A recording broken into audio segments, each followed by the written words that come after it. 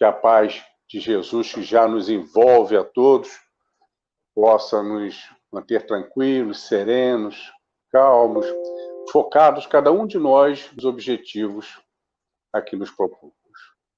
E que Ele possa ampliar as nossas sensibilidades, o nosso poder de concentração, para que possamos absorver o melhor dos seus ensinamentos e de todo o trabalho que a espiritualidade benfeitora vem fazendo conosco neste momento, em cada um desses lares aqui conectados. É com muito carinho, muita gratidão que estamos aí fechando este ano, esse último domingo do ano. E como estamos bem dizer, no final de semana do Natal, escolhemos esse tema, a realeza de Jesus. Lá no Evangelho de João 18, encontramos os relatos do momento em que Jesus já estava preso. E então, o governador romano da Judéia, Pôncio Pilatos, manda que o tragam à sua presença. Diante do mestre, ele pergunta: Tu és o rei dos judeus? E Jesus lhe responde: Meu reino não é deste mundo. Se assim fosse, minha gente houvera lutado para que aqui eu não estivesse. Mas Pilatos não se satisfez e perguntou de novo: Mas tu és rei? E Jesus responde: Tu o dizes, sou rei. Não vim a este mundo senão para trazer o meu testemunho da verdade. E todo aquele que pertence à verdade ouve a minha voz. Aí vem aquela pergunta: teria sido Jesus um rei? Depende. Depende do conceito da palavra rei. Vamos aos dicionários e encontramos dois.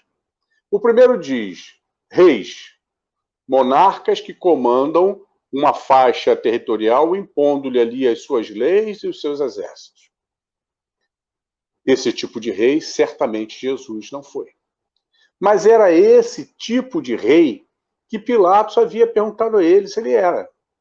E era esse tipo de rei que o povo vinha aguardando que chegasse como promessa ao rei que libertaria o povo judeu da dominação romana. O outro conceito que encontramos para reis diz: são considerados reis pessoas que, pelas suas características, se sobrepõem a todas as demais. Exemplo: Pelé, rei do futebol. Elvis Presley, rei do rock. Para os antigos, Chico Alves, o rei da voz. E através de todos os séculos, tivemos sempre algumas pessoas de destaque nas artes, ou seja, no que for, que eram considerados os reis. Por este critério, Jesus foi, é e sempre será o nosso verdadeiro rei. Pois o espírito mais desenvolvido, ligado ao nosso planeta, o ser supremo que se fez carne há 2000 anos, com tamanha intensidade foi a sua presença, que sequer coube na história da humanidade, dividindo-a em duas, antes de Cristo e depois de Cristo. Ao longo de toda a nossa história, colecionamos aí centenas, milhares de reis e rainhas. Muitos deles gravaram seus nomes na história pelos seus feitos, positivos ou negativos. Mas a maioria deles até caíram no esquecimento. Mas nenhum deles, nenhum único, conseguiu manter o seu reinado, a sua realeza, um único minuto após a sua morte. Diz o ditado: rei morto, rei posto. A única exceção, Jesus de Nazaré. Pois após o desencarne do corpo físico a sua realeza continuou, o seu reinado continuou. Não só continuou, como num contínuo crescente através de todos os séculos, até hoje, e continuará assim sempre. Verdadeiramente, o nosso Rei. Na questão 625 do Livro dos Espíritos, Allan Kardec pergunta aos venerandos: qual o tipo mais perfeito Deus dispôs à humanidade para que servisse de modelo e guia? É a menor resposta das 1019 respostas existentes no Livro dos Espíritos. Uma única palavra: Jesus. No entanto, a menor resposta e a mais absoluta de todas elas. Quem corrobora com esta informação é o benfeitor Emmanuel, na obra Caminho da Luz, pelas mãos maravilhosas de Chico Xavier. Emmanuel vem a afirmar que sobre as mãos magnânimas de Jesus repousam a alegria e o destino, a felicidade e o destino da humanidade, pois é ele, sim, o governador supremo do nosso planeta.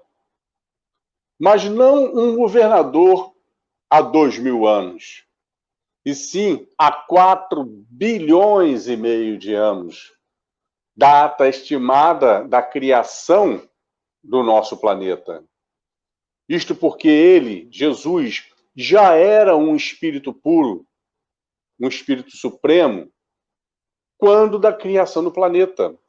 Os espíritos puros são os embaixadores de Deus, responsáveis pelas obras e harmonia do universo. E Jesus, sim, participou da criação do nosso planeta. São espíritos que atingem a felicidade plena. Qual é o conceito de espíritos puros? São aqueles que detêm absoluta e total superioridade moral e intelectual sobre todas as demais ordens de espíritos. Acima deles, só o Pai. Assim, eles detêm, sim, eles têm essa felicidade plena, mas não é uma felicidade contemplativa, ociosa, como durante séculos nos fizeram crer naquela imagem do paraíso, onde os anjos deitados sobre as nuvens ouvindo os sons das harpas dos querubins. Não, muito pelo contrário, é uma felicidade dinâmica, pois trabalham incansavelmente para auxiliar a todas as demais ordens de espíritos para que consigam chegar à mesma condição de espíritos puros. Que foi para isso que fomos criados. Deus nos criou a todos em igualdade de condições, simples e ignorantes, destinados à perfeição. Todos chegaremos lá. Uns mais cedo, outros mais tarde, mas todos chegaremos lá, pelos nossos méritos, mas com os indispensáveis auxílios de todos esses espíritos acima de nós, amorosamente a nos auxiliar. Toda realeza, desde lá dos primórdios, vão sempre mostrando os seus sinais, as suas características. Vamos lá no exemplo do Pelé.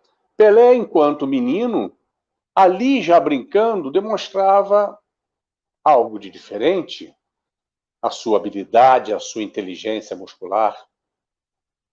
Quantos relatos de diversos músicos que às suas épocas, aos 5, 6 anos, já tocavam uma sinfonia sem nunca terem estudado música? E assim são todas as realezas, demonstram o seu diferencial. Com a de Jesus não foi diferente. Precisaríamos aqui de uma vida inteira para relatar as características da realeza de Jesus, porque todos os seus dias na sua passagem terrena são repletos de sinais. Mas vamos aqui pensar alguns. A própria concepção de Jesus. Uma concepção totalmente diferente de todas as demais que tenhamos tido conhecimento. Uma concepção anunciada por um anjo. A quem? A dois outros anjos, Maria e José, espíritos elevados que vieram em missão com a responsabilidade de serem os pais materiais de Jesus, aqueles que zelariam por ele enquanto o corpo estivesse necessitando. Uma anunciação que disse, inclusive, qual o nome o mestre gostaria de ser chamado. Jesus, que em aramaico quer dizer Salvador ou salvação. Depende de como se coloca na frase. Mas seja de uma maneira ou de outra, totalmente aplicável ao mestre. Nosso Salvador, nossa salvação. Um outro sinal da realeza de Jesus encontramos logo depois.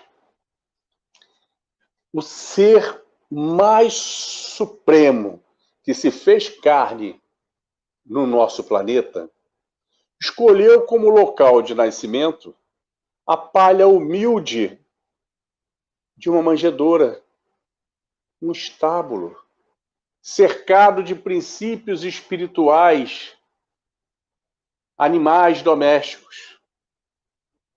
Para quê? Para fincar no primeiro sopro de vida material a sua bandeira, a bandeira da humildade. Humildade que em todas as passagens de Jesus, em todas as suas colocações, em todos os seus ensinamentos, jamais faltou. Até porque não poderia faltar, pois a humildade, ela vem ser a base de todas as virtudes. Qualquer virtude que você imagine, tira dela a humildade. Deixa de ser virtude. Qualquer uma. A caridade. A caridade sem humildade passa a ser exibição. O perdão sem humildade é falsidade. E assim vamos em diante. A bandeira da humildade. Vamos a mais um sinal da realeza de Jesus. Vamos um pouquinho mais à frente, 12 anos à frente. Jesus ali, menino de 12 anos, com tantos outros que havia na aldeia. Era um final de tarde, e lá estava Maria nos seus afazeres, quando viu a meninada retornando de suas atividades. Não viu Jesus. Como qualquer mãe zelosa, ficou preocupada, parou o que estava fazendo e foi até um dos meninos e perguntou: cadê Jesus? Senhora, não, Jesus não esteve conosco esta tarde. Hora nenhuma. A preocupação da mãe dobrou. Buscou por José e disse: vamos procurar Jesus. Ele não estava com os outros. Um para cada lado, procurando por Jesus, até que, mais adiante, Maria o encontra diante do templo, ali de pé, cercado por vários dos fariseus. Só lembrando, fariseus eram aqueles estudiosos da lei de Moisés, e por isso se achavam até acima de todos os demais. Maria se preocupou em ver o seu menino cercado daqueles homens poderosos e chamou por Jesus. Jesus, obediente, vem e Maria lhe fala: Jesus, o que você está fazendo aí? Não te preocupes, mãe. Cuido dos assuntos do interesse de meu pai, porque os homens estavam extasiados, como um menino de 12 anos. A horas respondia por todos os tipos de pergunta quanto à lei mosaica, com perfeição. Um menino sem escolaridade, profundo conhecedor das leis e com um diferencial. Vira e mexe, ele colocava algumas reflexões que aqueles homens experientes jamais tiveram tido. Estava cuidando dos assuntos do interesse de nosso Pai. E ficaríamos aqui horas e horas e horas, fase adulta adiante, os sinais através das profecias, dos ensinamentos, das curas, dos milagres, sinais desta grande, desta maior de todas as realezas. Mas na fase adulta, existe uma passagem que a mim, pessoalmente, ficou marcada. Marcada porque eu a li no primeiro livro que eu li, espírita, no lindo romance Há 2000 anos, que acredito que muitos de vocês já tenham lido. Este romance, de autoria espiritual de Emmanuel, psicografia de Chico, ele tem como característica extraordinária ser o relato de Emmanuel sobre a sua própria experiência numa reencarnação passada há 2000 anos, quando Jesus também estava na Terra. Além disso, ele relata não só a sua reencarnação àquela época, como a de Chico também.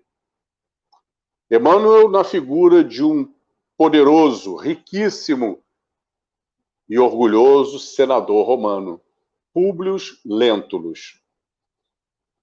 E Chico, na condição de sua filha, a pequena Flávia. Públio Lentulus, além de gozar do poder no Império Romano, gozava também do prestígio e da estima pessoal do imperador Tibérios. Eis que a pequena Flávia contraiu a lepra, a doença incurável. Quando Tibério soube, chama por Públio e lhe diz: Públio, tenho conhecimento da enfermidade de nossa pequena Flávia. E sabes que o clima aqui em Roma é extremamente desfavorável aos portadores dessa enfermidade. O sofrimento é muito grande.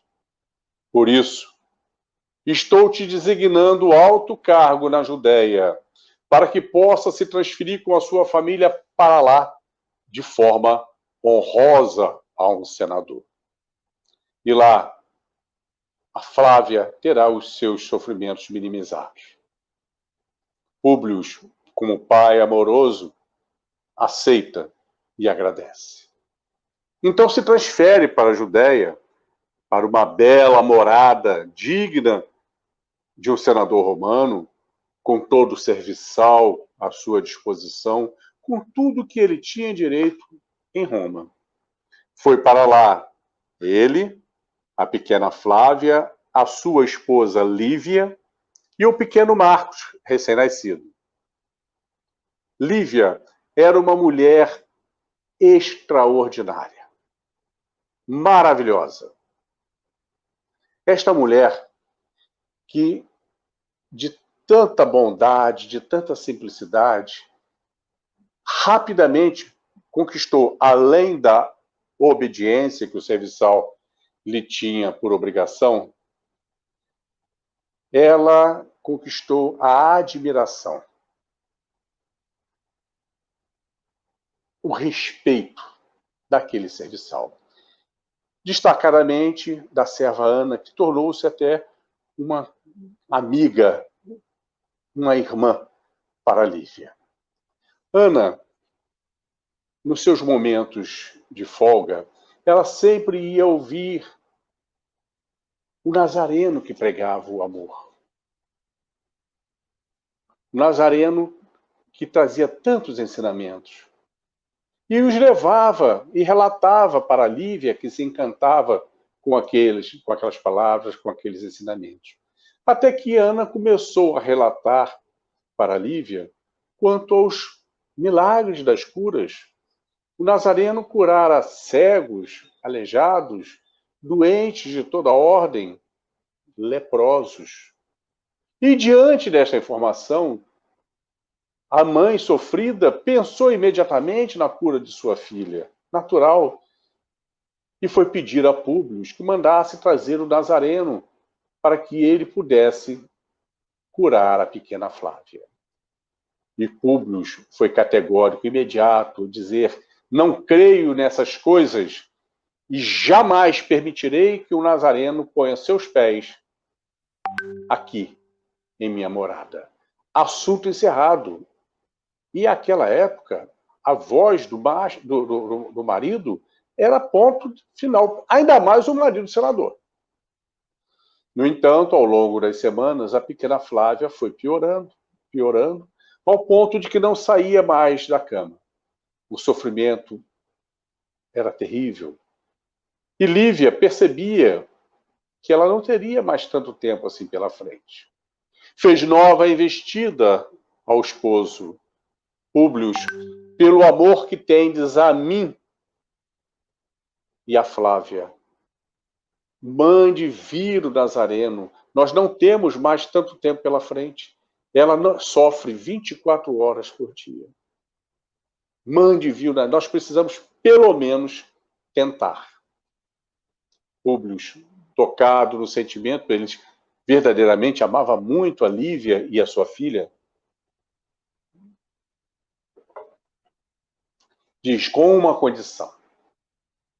A condição de que ninguém fique sabendo disso. Não mandarei ninguém buscar. Irei eu mesmo. Procurei saber onde habitualmente posso encontrá-lo e como posso identificá-lo. E irei eu mesmo à noite, pois não quero ser visto ao lado do Nazareno. E assim ele fez. Pegou a descrição de Jesus, naquela época não havia foto, e a informação de que habitualmente Jesus, ao finalzinho da tarde, início da noite, ficava alguns momentos sozinhos à beira do lago em meditação. Públio bota uma veste mais simples para não ser identificado pelas roupas do senador e pega o longo caminho até as margens do lago. Durante o caminho, alguns pensamentos pessimistas. Como poderei identificar se podem existir tantos outros com aquelas descrições? E se ele não quiser vir comigo? Como poderei impor o meu poder de senador sem a minha guarda? Mais adiante, e se ele não falar a minha língua? Como poderei me comunicar com ele? E realmente Jesus não falava, Jesus falava o aramaico. E Públio, o latim e o grego. Até que chegou às margens do lago, os últimos raios de sol já davam lugar ao cintilar das estrelas. Ele caminha para aqui, para ali, para acolá, sem encontrar ninguém com aquela descrição. A noite já caída, ele desiste. Cansado, senta-se a uma grande pedra para repousar por alguns minutos, preparando-se para a caminhada de retorno. E eis que, olhando no vazio da escuridão, ele percebe alguém vindo à sua direção. Vestes alvas.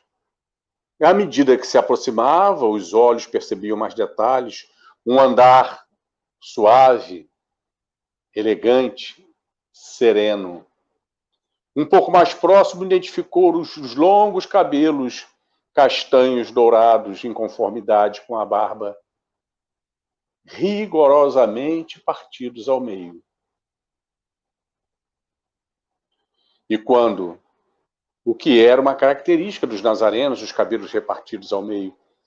E quando a proximidade se tornou maior e que os olhares conseguiram se trocar, Públio jamais tinha presenciado um olhar tão poderoso e tão sublime.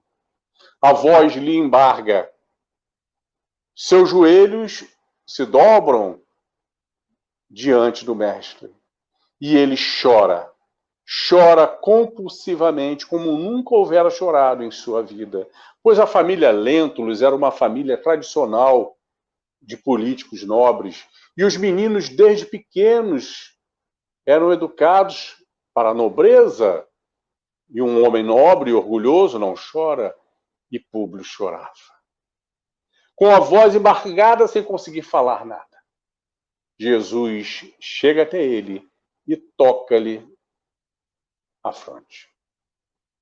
E começa a falar com ele, o que deixou Públio ainda mais encantado, pois ele ouvia as palavras de Jesus, mas Jesus não mexia os lábios. A comunicação era mente a mente, como os espíritos fazem. Senador Públio, por que não me procurastes à luz do dia como todas as demais pessoas? Se tendes neste momento o ponto de maior oportunidade para decidires o caminho de tua felicidade, siga-me, mas só será de tua vontade decidir seguir-me a partir de hoje ou daqui a milênios. Vejam Jesus, o Ser Supremo, respeitando completamente a lei do livre-arbítrio. Só será de tua vontade decidir seguir-me hoje ou daqui a milênios. Mas quanto à tua filha Flávia, não te preocupes. Estará curada quando chegares de volta à sua casa. Não por mérito teu, mas sim de um anjo que lá vive, a sua esposa Lívia. E neste momento, Jesus eleva o olhar ao alto e começa a emanar os seus fluidos, transfigurando-se. E diante daquela visão, Públio não resiste e desfalece.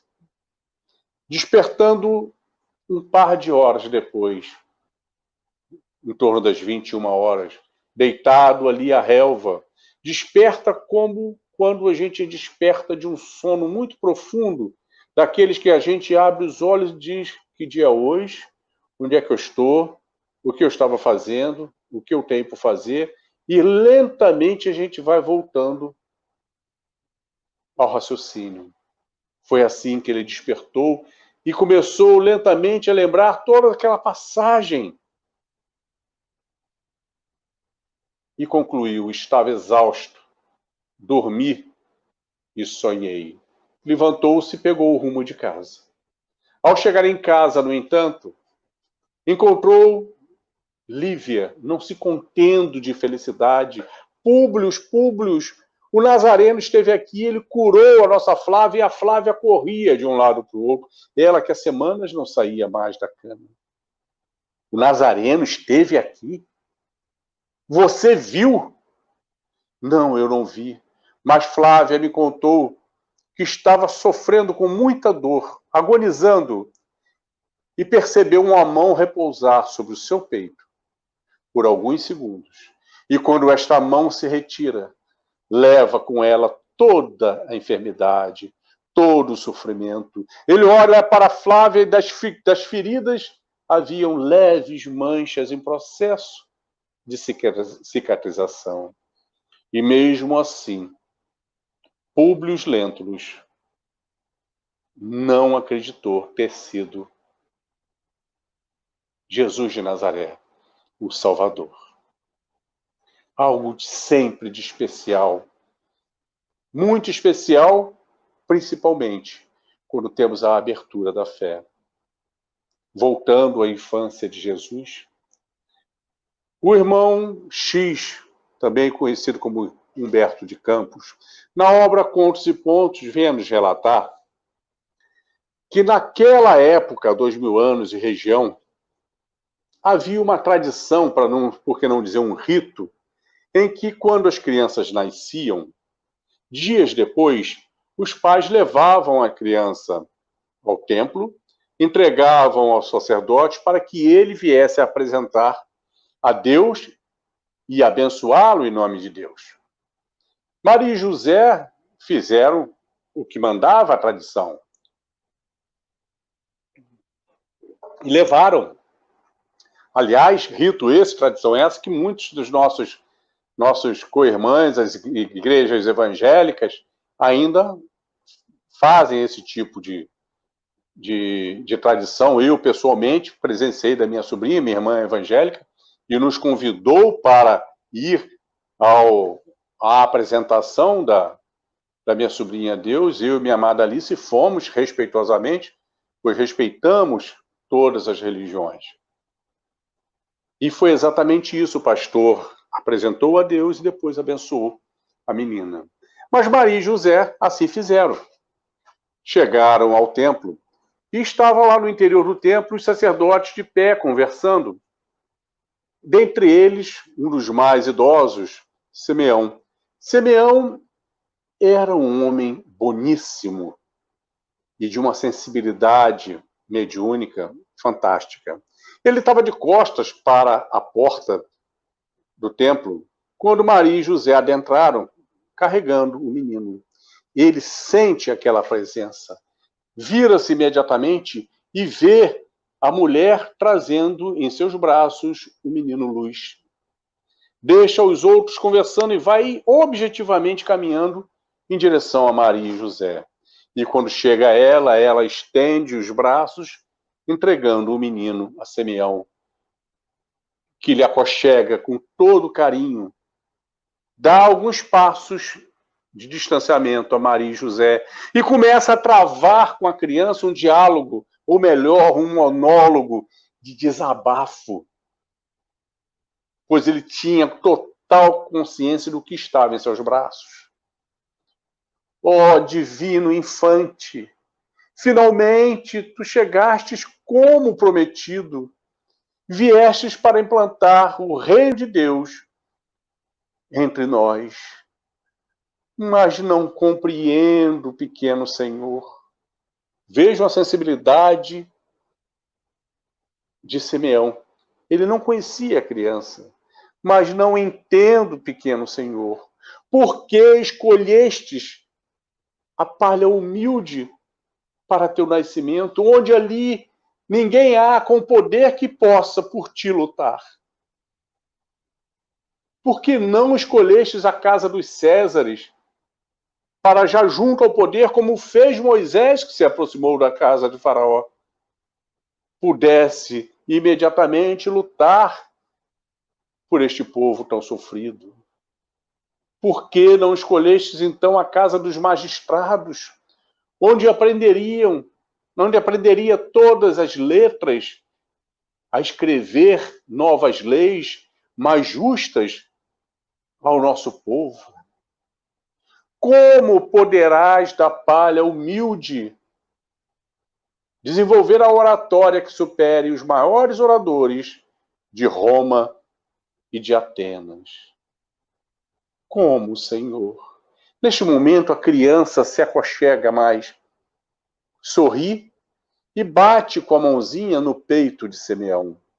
Simeão, tendo desabafado, mas totalmente confiante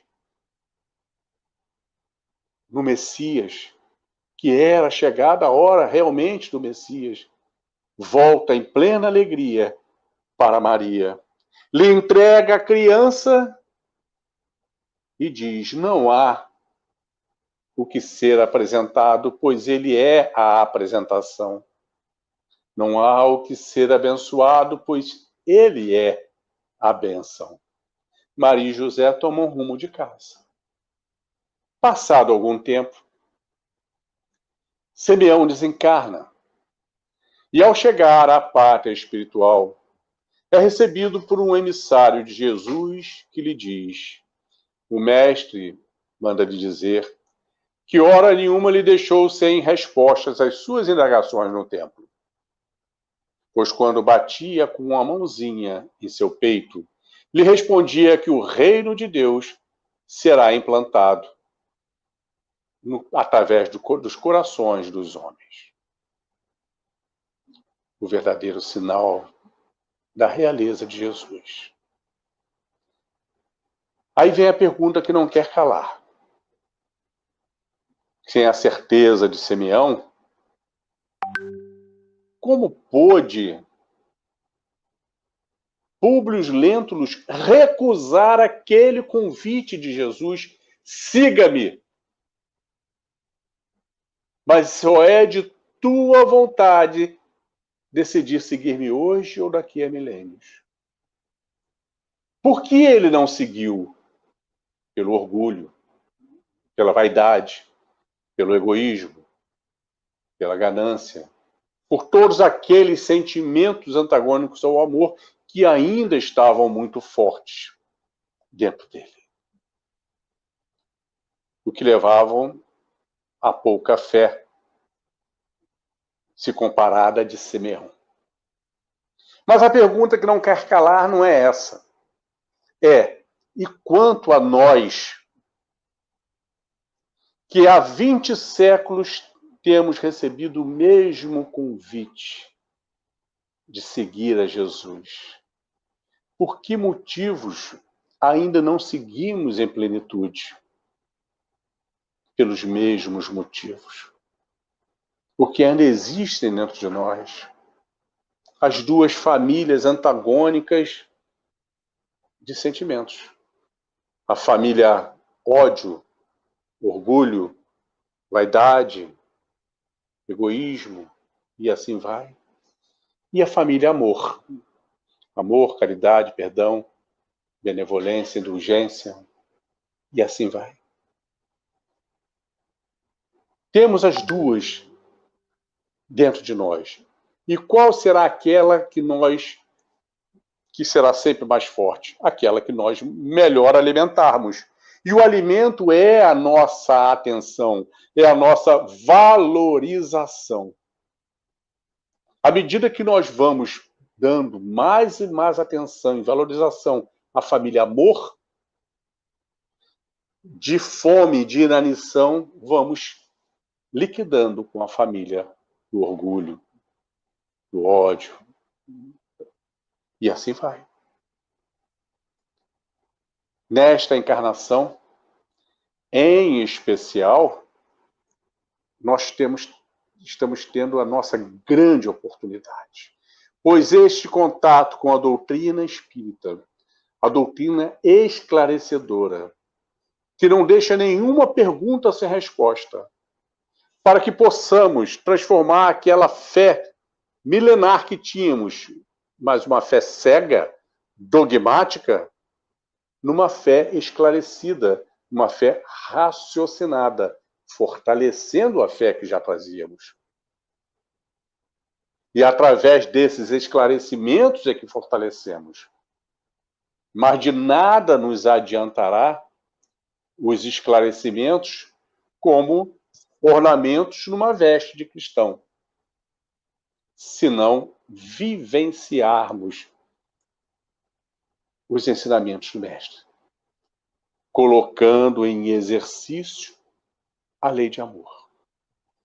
Finalizamos a nossa fala lembrando uma poesia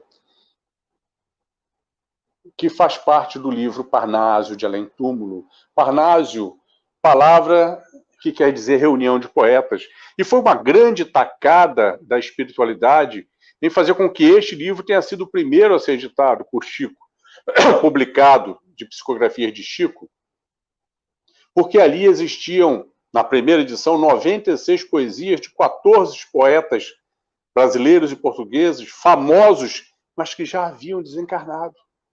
As poesias carregando todas as características de cada um deles. Rima, métrica.